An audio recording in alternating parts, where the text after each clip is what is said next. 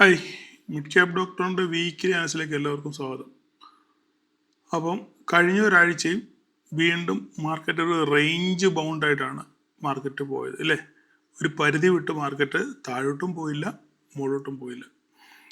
അപ്പം നിലവിൽ മാർക്കറ്റിൻ്റെ ഒരു അവസ്ഥ എന്ന് പറഞ്ഞു കഴിഞ്ഞാൽ 24,500 24,000 ആ ഒരു റേഞ്ചിനകത്ത് മാർക്കറ്റ് കൺസോളിഡേറ്റ് ചെയ്യുകയാണ്. ഞാൻ കഴിഞ്ഞ ദിവസത്തെ ഒരു വീഡിയോയിൽ പറഞ്ഞിരുന്നു, മാർക്കറ്റ് എപ്പോഴൊക്കെ കൺസോളിഡേറ്റ് ചെയ്യുന്നുണ്ടോ അത് എന്തിനോ വേണ്ടിയുള്ള ഒരു പ്രിപ്പറേഷനാണ് അല്ലേ. അപ്പോൾ അവിടുന്ന് താഴോട്ടെങ്കിൽ താഴോട്ട്, അല്ല മുകളോട്ടെങ്കിൽ മുകളോട്ടൊരു ഒരു ഒരു കുതിപ്പിനുള്ള സാധ്യത നമുക്ക് തള്ളിക്കളയാൻ പറ്റും. സാധാരണ രീതിയിൽ നമ്മൾ ഹിസ്റ്ററി പരിശോധിക്കുകയാണെന്നുണ്ടെങ്കിൽ എപ്പോഴൊക്കെ മാർക്കറ്റ് കൺസോളിഡേറ്റ് ചെയ്യുന്നുണ്ടോ അപ്പോഴൊക്കെ ഒരു ബ്രേക്ക് ഔട്ട് അല്ലെ ബ്രേക്ക് ഡൗൺ നടന്നിട്ടുണ്ട്.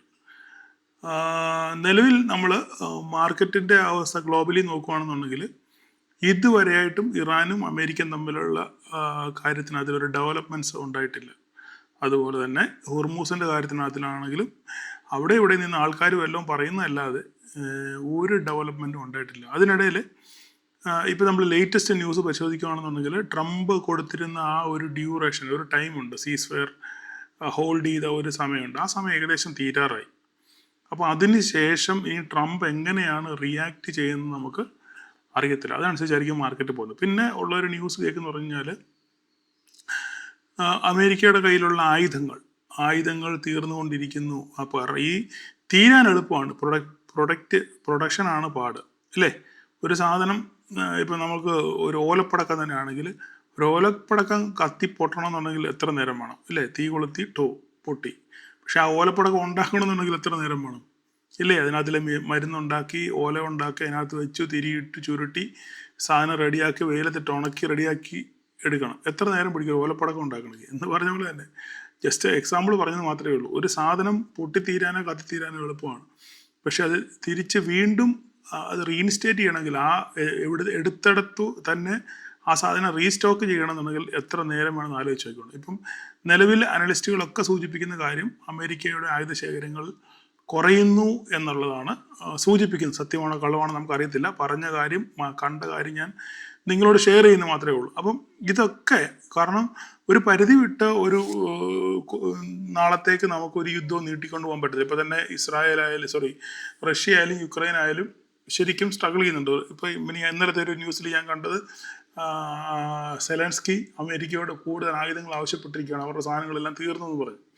അപ്പോൾ ഇത് തീർക്കാനും കത്തിക്കാനും പൊട്ടിക്കാനൊക്കെ ഭയങ്കര ആവേശമായിരിക്കും. പക്ഷേ തിരിച്ച് റീസ്റ്റോക്ക് ചെയ്യണമെന്നുണ്ടെങ്കിൽ ഇച്ചിരി ബുദ്ധിമുട്ടുള്ള കാര്യമാണ്. എന്തായാലും ഈ ആഴ്ചയിൽ ഇറാൻ എങ്ങനെയാണ് റെസ്പോണ്ട് ചെയ്യുന്നത്, അമേരിക്ക ഏതെങ്കിലും രീതിയിൽ ഇസ്രായേലോ ഒരു ആക്രമണത്തിനോ അല്ലെ എന്തെങ്കിലും ഒരു അറ്റാക്കിനോ മുതിരുവാണെന്നുണ്ടെങ്കിൽ ഇറാൻ്റെ ഭാഗത്തു നിന്നുള്ള റെസ്പോണ്ട് വളരെ വയലൻസ് രീതിയിലായിരിക്കും എന്ന് ഓൾറെഡി അവരുടെ IRGC സൂചിപ്പിച്ചിട്ടുണ്ട്. അപ്പം വരും ദിവസങ്ങളിൽ നമുക്ക് കണ്ടറിയാം എന്താ. അപ്പോൾ ഈ ആഴ്ച വീണ്ടും ഒരു കലുഷിതമായ മാർക്കറ്റ് തന്നെയാണ്.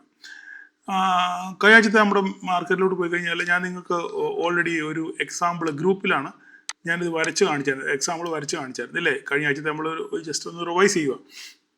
മാർക്കറ്റ് എപ്പോഴൊക്കെ മുകളിലോട്ട് പോയിട്ടുണ്ടോ നിങ്ങൾ നോക്കിയാൽ മനസ്സിലാവും. മാർക്കറ്റ് എപ്പോഴൊക്കെ മുകളിലോട്ട് പോയിട്ടുണ്ടോ അപ്പോഴൊക്കെ മാർക്കറ്റ് എന്ത് ചെയ്തിട്ടുണ്ട്, താഴോട്ട്. ഇപ്പോൾ നമ്മൾ സ്ഥിരമായിട്ട് ഇവിടെ കാണുന്ന ഒരു സംഗതി എന്ന് പറഞ്ഞു കഴിഞ്ഞാൽ ക്ലോസ് ചെയ്യുമ്പോൾ മാർക്കറ്റ് മുകളിൽ ക്ലോസ് ചെയ്യുക, പിറ്റേ ദിവസം ഓപ്പൺ ചെയ്യുമ്പം താഴെ ഓപ്പൺ ചെയ്യുക, അല്ലെങ്കിൽ ഓപ്പൺ ചെയ്ത് നേരെ താഴോട്ട് പോരുക എന്നുള്ളൊരു വിരോധാഭാസമാണ് നമ്മളിപ്പം നിലവിൽ കണ്ടുവരുന്നത്. ഇവിടെയൊക്കെ നോക്കിയാൽ മനസ്സിലാകും. രാവിലെ ഓപ്പൺ ചെയ്യുന്നു, രാവിലെ ഒരു വൈകുന്നേരം ക്ലോസ് ചെയ്യുമ്പോൾ അപ്പർ സൈഡിൽ ക്ലോസ് ചെയ്യുന്നു, രാവിലെ ഓപ്പൺ ചെയ്തിട്ട് നേരെ താഴോട്ട് പോകുന്നു. ഇവിടെയൊക്കെ അതാണ് നമ്മൾ കാണുന്നത്. ഇവിടെയൊക്കെ നമ്മൾ നോക്കിക്കഴിഞ്ഞാൽ വലിയ ക്യാൻഡിലാണ്. ഇവിടെയൊക്കെ നോക്കിയാൽ വലിയ ക്യാൻഡിലുകളാണ്. അപ്പോൾ ഇതാണ് സ്ഥിരം പരിപാടി. അപ്പം ഇനിയിപ്പോൾ നമുക്ക് നോക്കാനുള്ള കാര്യം, അപ്പോൾ ഞാൻ ഇന്നലെ ലാസ്റ്റ് മൊമെൻറ്റിൽ പറഞ്ഞത് ഈ ഒരു സംഗതി ആവർത്തിക്കാനുള്ള, ഇടയ്ക്ക് കുറച്ച് നേരം അനങ്ങാവുന്നതിന് ശേഷം പെട്ടെന്ന് ഒരു ന്യൂസോ അല്ലെങ്കിൽ മറ്റെന്തെങ്കിലും വാർത്തകളോ ഇല്ലാതെ പെട്ടെന്ന് മാർക്കറ്റ് 10, 50, 100 പോയിന്റ് മുകളിലോട്ട് പോവുക. അതിനുശേഷം പതുക്കെ നടന്നിറങ്ങുക, ചാടി കയറുക, നടന്നിറങ്ങുക. ഇതൊരു സ്ഥിരം പരിപാടിയാക്കി മാറ്റിക്കുക. ഇവിടെ നോക്കിക്കഴിഞ്ഞാൽ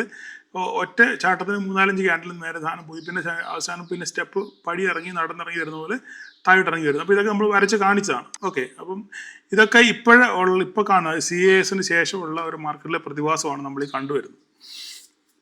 അപ്പം ഇപ്പോൾ പലരും ചോദിക്കണം, സാറേ ഈ CASൻ്റെ കാര്യത്തിൽ അതിൽ എങ്ങനെയാണ് എന്തെങ്കിലും നമ്മുടെ മീറ്റിങ്ങിന് വരുമ്പോൾ എന്തെങ്കിലും ഒരു കൺക്ലൂഷൻ കൊണ്ടുവരണേ ധാരാളം ആൾക്കാർ പറഞ്ഞിട്ടുണ്ട്. ഞാൻ സത്യം പറഞ്ഞാൽ ഇതിനെപ്പറ്റി പഠിച്ചുകൊണ്ടിരിക്കുകയാണ്, എങ്ങനെ ഇതിനെ ഓവർകം ചെയ്യും എന്നതിനെപ്പറ്റി ഞാനും പഠിച്ചുകൊണ്ടിരിക്കുകയാണ്. ചുമ്മാ നമുക്ക് എന്തെങ്കിലും പറയാൻ പറ്റത്തില്ലല്ലോ. ഇത് നമുക്ക് ആരെങ്കിലും ചോദിക്കുകയാണെന്നുണ്ടെങ്കിൽ കാരണ സഹിതം അവരെ പറഞ്ഞ് ബോധ്യപ്പെടുത്തണ്ടേ. ഞാൻ ചുമ്മാ എന്തെങ്കിലും പറഞ്ഞിട്ട് വല്ല കാര്യമുണ്ടോ? കാരണം ഈ ഇതുമായിട്ട് ബന്ധപ്പെട്ട് ധാരാളം ചോദ്യങ്ങൾ അന്തരീക്ഷത്തിൽ നിലനിൽക്കുന്നുണ്ട്. അപ്പം നമ്മൾ എന്തെങ്കിലും ഒരു സംഭവം ഓക്കെ നമുക്ക് ഇതിങ്ങനെ ചെയ്യാമെന്ന് പറഞ്ഞു കഴിഞ്ഞാൽ 100 ചോദ്യങ്ങൾ, ആൾക്കാരുടെ എല്ലാം മനസ്സിൽ ധാരാളം ചോദ്യങ്ങളുണ്ട്. അപ്പോൾ ഈ ചോദ്യങ്ങൾക്കൊക്കെ നമ്മൾ മറുപടി പറയണം. അപ്പോൾ ആ മറുപടി പറയാനുള്ള കപ്പാസിറ്റി നമുക്ക് ഉണ്ടെങ്കിൽ മാത്രമേ നമ്മൾ എന്ത് ചെയ്യാൻ പാടുള്ളൂ, ഇങ്ങനെയുള്ള കാര്യങ്ങൾക്ക് കൈ കൊടുക്കാൻ പാടുള്ളൂ. എന്തായാലും എന്നെ കൊണ്ടാവുന്ന രീതിയിൽ ഞാൻ പറ്റുമെങ്കിൽ ഞാൻ നമ്മുടെ പരിപാടിക്ക് വരുമ്പോൾ, മീറ്റപ്പിന് വരുമ്പം പറ്റുമെങ്കിൽ ഞാൻ എനിക്ക് മനസ്സിലായ കാര്യങ്ങൾ നിങ്ങളോട് ഞാൻ ആ സമയത്ത് ഷെയർ ചെയ്യാം. ഓക്കെ, എനിവേ എന്തായാലും നമ്മുടെ മീറ്റപ്പ് നമ്മൾ വിചാരിച്ചതിനൊക്കെ കൂടുതൽ ഓവർ സബ്സ്ക്രൈബ്ഡായി. എന്തായാലും ഇനി ഇപ്പോഴും ധാരാളം ആൾക്കാർ സാറേ ഒന്ന് വെയിറ്റ് ചെയ്യണേ, ഞങ്ങളുടെ ലീവ് കൺഫേം ആയില്ല, അല്ലെങ്കിൽ മറ്റുള്ള കാരണങ്ങൾ കൊണ്ട് ഞങ്ങൾ മാക്സിമം വരാൻ ശ്രമിക്കും എന്ന് ഏകദേശം ഒരു 40 മുതൽ 50 പേര് വരെ വെയിറ്റിംഗ് ലിസ്റ്റിലാണ്. വെയിറ്റ് ലിസ്റ്റിൽ കഴിഞ്ഞാൽ ഒരു കൺഫർമേഷന് വേണ്ടി അവർക്ക് വരണമെന്ന് ഭയങ്കര ആഗ്രഹമുണ്ട്. പക്ഷേ മറ്റു പല സാഹചര്യങ്ങൾ കൊണ്ട് വരാൻ പറ്റാത്തൊരവസ്ഥയാണെങ്കിലും എങ്ങനെങ്കിലും ഒപ്പിച്ചു പിടിച്ച് ഞങ്ങൾ വരും എന്ന് പറഞ്ഞ് വെയിറ്റിംഗ് ലിസ്റ്റിൽ ഒരു 10-40 പേരോളം നിൽപ്പുണ്ട്. എനിവേ എന്തായാലും നമുക്ക് നമ്മൾ വിചാരിച്ചൊരു നമ്പറായി. അപ്പോൾ ആ നമ്പറിൽ പിന്നെ നിങ്ങളുടെ ആഗ്രഹമാണ്, നിങ്ങൾക്ക് എത്ര പേര് വന്നാലും നമ്മൾ അവരെ അക്കോമഡേറ്റ് ചെയ്യാനുള്ള സംവിധാനം നമ്മൾ ഉണ്ടാക്കും. ഓക്കെ, എന്തായാലും നമ്മൾ ഈ 19-ാം തീയതി, അതായത് ബുധനാഴ്ച നമ്മൾ ഈ സംഭവം ക്ലോസ് ചെയ്യും. ബുധനാഴ്ചയ്ക്ക് മുന്നേ നിങ്ങൾക്ക് വന്നാലും വന്നില്ലെങ്കിലും നിങ്ങളത് കൺഫേം ചെയ്യുക. കാരണം അതിനപ്പുറം നമുക്ക് അതും കൂടെ നീട്ടാൻ പറ്റത്തില്ല. അപ്പോൾ അതുകൊണ്ട് 19-ാം തീയതി നിങ്ങൾ മാക്സിമം കൺഫേം ചെയ്യാൻ ശ്രമിക്കുക, അതിന് മുന്നേ കൺഫേം ചെയ്യാൻ ശ്രമിക്കുക. ഓക്കെ, അപ്പോൾ നമുക്കിനി മാർക്കറ്റിലോട്ട് വരാം. ഇനിയിപ്പോൾ നമുക്ക് മാർക്കറ്റിലോട്ട് വന്നു കഴിഞ്ഞാൽ നമുക്ക് ആദ്യം ഡേയിലോട്ട് പോകാം. നമ്മുടെ ഡേ അവിടെ കിടപ്പുണ്ടല്ലോ. നമുക്ക് ഡേയിലോട്ട് പോയി കഴിഞ്ഞാൽ ഇതാ നോക്കിക്കേ, ഇതിനിപ്പോഴും ഒരു കോട്ടവും തട്ടിയിട്ടില്ല, ഇല്ലേ? മാർക്കറ്റ് ഇവിടുന്ന് മുകളിലോട്ട് കയറി ഒരു ഫ്ലാഗ് ആൻഡ് പോൾ സെറ്റപ്പ് ഉണ്ടായി. ഇനി ഇവിടുന്ന് ഈ ഫ്ലാഗ് ആൻഡ് പോൾ വർക്ക് ചെയ്യുമോ എന്നുള്ളതാണ് നമുക്ക്. ഇപ്പോഴും ഇത് വാലിഡാണ് കേട്ടോ. ഇപ്പോഴും ഈ ഫ്ലാഗ് ആൻഡ് പോൾ ഡേ വൈസിൽ ഇത് വാലിഡാണ്. ഇത് ഇൻവാലിഡ് ആണെന്നുണ്ടെങ്കിൽ ഈ പറയുന്ന 309 ബ്രേക്ക് ചെയ്ത് താഴെ പോകണം. ഈ 309 ബ്രേക്ക് ചെയ്ത് ഇതിൻ്റെ താഴെ ഒരു നല്ല റെഡ് ക്യാൻഡിൽ പറഞ്ഞാൽ ഇതുമാതിരി ഇതേ സൈസിലുള്ള ഒരു റെഡ് ക്യാൻഡിൽ, അല്ലെങ്കിൽ ഇതേ സൈസിലുള്ള റെഡ് ക്യാൻഡിൽ, ഇതേ രീതിയിലുള്ള റെഡ് ക്യാൻഡിൽ നമുക്ക് ഇതിൻ്റെ താഴെ ക്ലോസിങ് കിട്ടിയെങ്കിൽ മാത്രമേ ഈ ഒരു പാറ്റേൺ ഇൻവാലിഡ് ആകത്തുള്ളൂ. അല്ലെങ്കിൽ അല്ലാത്തടത്തോളം കാലം ഇത് വാലിഡ് ആയിരിക്കും എന്ന് ഓർപ്പിക്കുന്നു. ജസ്റ്റ് നിങ്ങളുടെ അറിവിലേക്ക് വേണ്ടി ഞാൻ പറഞ്ഞത് മാത്രമേ ഉള്ളൂ. അപ്പോൾ എന്തായാലും 24,309 ശ്രദ്ധിക്കുക. ഡേ വൈസിൽ 309 താഴെ പോവുകയാണെന്നുണ്ടെങ്കിൽ മാർക്കറ്റ് ഒരു ഡൗൺ ട്രെൻഡിന് സാധ്യതയുണ്ട്. നമുക്ക് എന്തായാലും കണ്ടറിയാം. ഇത് ജസ്റ്റ് നിങ്ങളുടെ ഓർമ്മയ്ക്ക് വേണ്ടി ഞാൻ കാണിച്ചെന്ന് മാത്രമേ ഉള്ളൂ. ഓക്കെ, അപ്പോൾ ഇനിയും നമുക്ക് ഇൻട്രാഡേ വൈസിൽ നമ്മൾ പോവുകയാണെന്നുണ്ടെങ്കിൽ നമ്മുടെ ബോക്സിൽ വീണ്ടും മാർക്കറ്റ് ഒന്ന് കയറിയിട്ടുണ്ട്. വളരെ നാളുകളായിട്ട്, ഏകദേശം കഴിഞ്ഞ ഒരു മാസമായിട്ട് നമ്മൾ ഈ ബോക്സ് ഫോളോ ചെയ്യുന്നുണ്ട്. ബോക്സിനകത്ത് വന്ന് മാർക്കറ്റ് കയറുന്നു. അപ്പോൾ ഇനിയും നമുക്ക് ഒരു പ്രധാനപ്പെട്ട മേജർ താഴോട്ട് മാർക്കറ്റ് വരുവാണെങ്കിൽ നമുക്കൊരു മേജർ സപ്പോർട്ട് എന്ന് പറഞ്ഞാൽ 24,138 മനസ്സിലായേ? 24,138 നമ്മുടെ ഒരു മേജർ സപ്പോർട്ട്. ഇനി മാർക്കറ്റ് താഴോട്ട് ഇറങ്ങി വരുവാണെന്നുണ്ടെങ്കിൽ അല്ല, ഈ ബോക്സിനകത്ത് കിടന്ന് ആടിക്കളിക്കുമെന്നുള്ള കാര്യം നമുക്ക് കണ്ടറിയണം. നമുക്ക് ഇനിയും മാർക്കറ്റ് അപ്സൈഡ് പോകണമെന്നുണ്ടെങ്കിൽ, നാളെയൊക്കെ ആണെങ്കിലും മാർക്കറ്റ് അപ്സൈഡ് പോകണമെന്നുണ്ടെങ്കിൽ ഈ 24,500 നമുക്കൊരു സൈക്കോളജിക്കൽ റെസിസ്റ്റൻസ് ആണ്. ഓക്കെ, ഈ 24,500 മുകളിലോട്ട് മാത്രമേ നമുക്ക് ഇനി പ്രതീക്ഷയുള്ളൂ. ഇപ്പം മാർക്കറ്റ് നിൽക്കുന്നത് 366.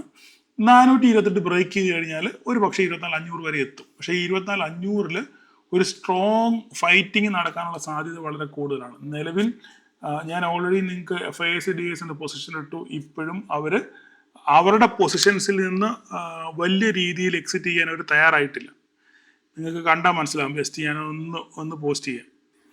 ഇത് കണ്ടല്ലോ, വീണ്ടും 89-56 എന്ന് പറയുന്ന നല്ല രീതിയിലുള്ള ഒരു ഷോർട്ട് പൊസിഷനാണ് അവർ ക്രിയേറ്റ് ചെയ്തിരിക്കുന്നത്. ഇത് നമുക്കൊരു ആശങ്കയ്ക്ക് വകയുണ്ട്.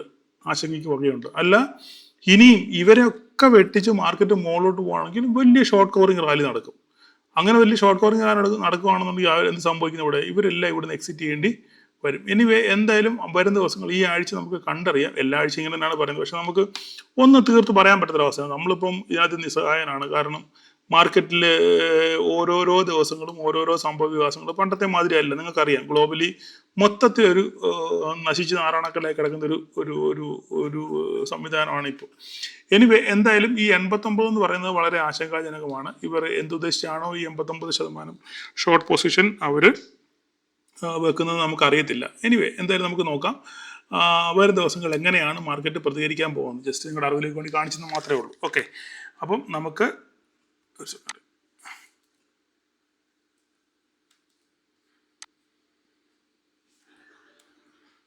ഡിലീറ്റ് ആവുന്നില്ലേ? ഓക്കെ, അപ്പം നാളെ നമുക്ക് മാർക്കറ്റ് മൂവ് ചെയ്യുവാണ് 24,400 മുകളിലോട്ട് പോവുകയാണെങ്കിൽ 24,400 മുകളിലോട്ട് പോവുകയാണെങ്കിൽ 24,500 വരെ മാർക്കറ്റ് എത്തും. പക്ഷെ അവിടെ നമുക്ക് എന്ത് സംഭവിക്കുന്നുള്ളത് വലിയ ഇമ്പോർട്ടൻ്റ് ആയിട്ടുള്ള കാര്യമാണ്. ഇനി അല്ല മാർക്കറ്റ് താഴോട്ടിറങ്ങി ഇവിടെ വരുവാണെന്നുണ്ടെങ്കിൽ ഈ ബോക്സിനകത്ത് കയറുവാണെന്നുണ്ടെങ്കിൽ ഈ 138 ആയിരിക്കും നമ്മുടെ മെയിൻ സപ്പോർട്ട്. ഇതിനകത്തൊക്കെ ടെമ്പററി സപ്പോർട്ടുണ്ട്, ഇതോടെ സപ്പോർട്ടുണ്ട്, ഇവിടെ സപ്പോർട്ടുണ്ട്, പിന്നെ 138 ഉണ്ട്. അപ്പം ഈ മാർക്കറ്റ് നാളെ എങ്ങനെയാണ് മാർക്കറ്റ് ബിഹേവ് ചെയ്യുന്നത് നോക്കിയതിന് ശേഷം, പ്രത്യേകിച്ച് ഈ IRGC വാണിംഗ് ഉള്ളതുകൊണ്ട്, കാരണം സീസ് ഫയർ തീർന്നു, ഇനി എങ്ങനെയാണ് ഏത് രീതിയിൽ നമ്മളെ ആക്രമിച്ചാലും തിരിച്ചാക്രമിക്കും എന്നുള്ള ഒരു രീതിയാണ് അവരിപ്പം പറഞ്ഞേക്കുന്നത്.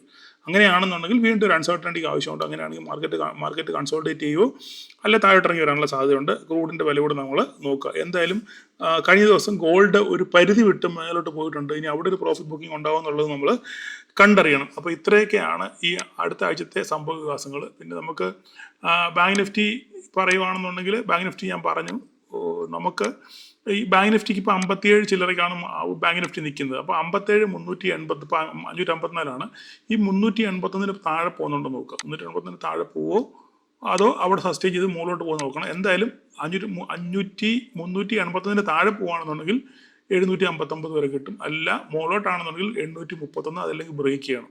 ഓക്കെ, നിഫ്റ്റി മിഡ് ക്യാപ്പിൻ്റെ കാര്യം പറയുകയാണെന്നുണ്ടെങ്കിൽ നിഫ്റ്റി മിഡ് ക്യാപ്പിനെ നയിക്കുന്നത് ഞാൻ പറഞ്ഞു BSE ആണ്. ചുമ്മാ വെറുതെ അങ്ങോട്ടും ഇങ്ങോട്ടും ഓടിക്കളിച്ച് ഈ അവിടെ അതിൽ ട്രേഡ് ചെയ്യുന്നവരെ തന്നെ നശിപ്പിക്കുന്ന ഒരു രീതിയാണ്. ഒരു ഡയറക്ഷൻ ഇല്ലാത്ത രീതിയിലാണ് മിഡ് ക്യാപ്പ് ഇപ്പം ട്രേഡ് ചെയ്യുന്നത്. എന്തായാലും ഓൾ ടൈം ഹൈ 15,000 റേഞ്ചിലാണ് നിൽക്കുന്നത്. നമുക്ക് ഇതിൻ്റെ ഒരു ക്യാൻഡിൽ നോക്കുവാണെന്ന് ഡേ വൈസ് നോക്കുവാണെന്നുണ്ടെങ്കിൽ ഓൾ ടൈം ഹൈ പോയിട്ട് മാർക്കറ്റ് അവിടെ നിന്ന് റിജക്റ്റ് ചെയ്തേക്കാണ്. ഇത് നല്ലൊരു നമ്മൾ ഈ വലിയ രീതിയിൽ നോക്കുവാണെന്നുണ്ടെങ്കിൽ നമുക്കൊരു കാര്യം മനസ്സിലാവും.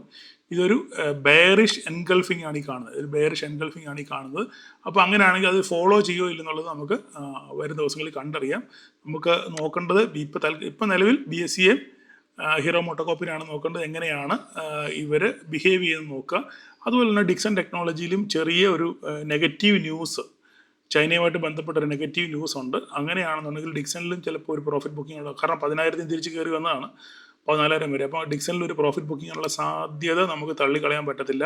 ചൈനയുമായിട്ട് ബന്ധപ്പെട്ട ഒരു നെഗറ്റീവ് ന്യൂസ് ഉണ്ട്. ആ നെഗറ്റീവ് ന്യൂസ് ബാധിക്കാനുള്ള സാധ്യത ഡിക്സൺ ടെക്നോളജിയിലുണ്ട്. അതുകൊണ്ട് ഡിക്സൺ ടെക്നോളജി ജസ്റ്റ് നിങ്ങളൊന്ന് വാച്ച് ചെയ്യുക എന്താണ് സംഭവിക്കുന്നുള്ള കാര്യം. പിന്നെ ഈ പറയുന്ന പോലെ കോഫോർജും 1,200 1,800 വരെയൊക്കെ കയറി വന്നു. നമുക്ക് കണ്ടാൽ മനസ്സിലാവും. നമുക്ക് കണ്ടോ, ഒരു ഒറ്റ വൺ സ്ട്രെച്ച് റാലി ആയിരുന്നു. ഇവിടുന്ന് 1,444 ഒറ്റ സ്ട്രെച്ചായാലും 1,840. അവിടെ ഒരു നല്ല ഹ്യൂജ് റെസിസ്റ്റൻസ് ഉണ്ട്.